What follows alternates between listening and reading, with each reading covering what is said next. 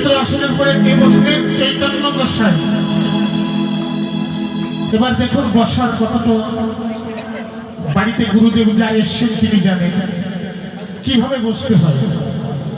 গুরুদেব যদি আসে, গুরুদেবকে মাঝখানে দিয়ে যার যেমন যোগ্যতা, বড়দা, ছোটদা, মেজদা, তারা কোথায় বসবে গোসাই ঠিক করে দেবে। আয় আমার পাশে, আয় ডান দিকে, আয় আমার বাঁ দিকে আয়। আমার ক্ষমতা নেই ওইখানে গিয়ে বসে, যদি গোসাই না বলে। তার ভোগের মন্দিরে মহাপ্রভু বসেছেন বিচিত্র আসনে। বসে পদকার বললেন কিভাবে বসেছে? প্রভুর বামে প্রিয়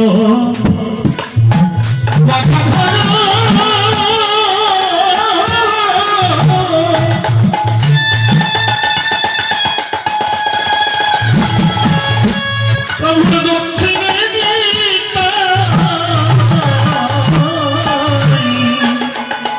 প্রভুর বামে প্রিয়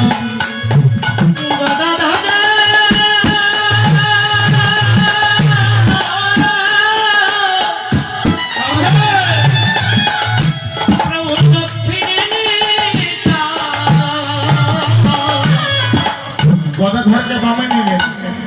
আগে যে নদীবাসের দিন বলেছিলাম বামে সবসময় গদাধর থাকে, কেননা বললেন গদাই রাধা, রাধাই গদা, রাধাই গদা, একই সূত্রে আছে গাথা, গদাই রাধা, রাধাই গদা, একই সূত্রে আছে গাথা, গৌর হরি হরি বলে,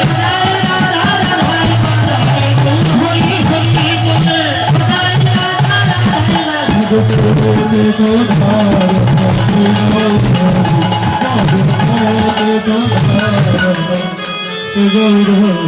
বলে, প্রিয় গদাধর দক্ষিণে নিতাই। নিতাইকে বললেন শঙ্কর্ষণ, যিনি আকর্ষণ করেন তিনি শঙ্কর্ষণ, তিনি বলরাম, বল যুক্ত আরাম।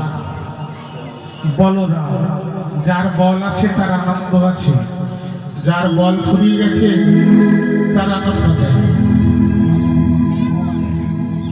আজকে বলরামকে দক্ষিণে রেখেছেন মহাপ্রভু, সবসময় দক্ষিণে থাকে।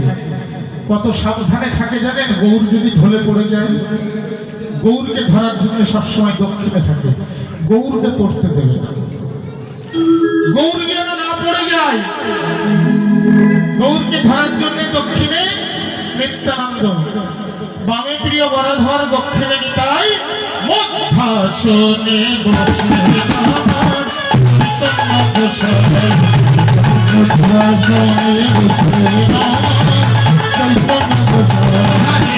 হরে হরে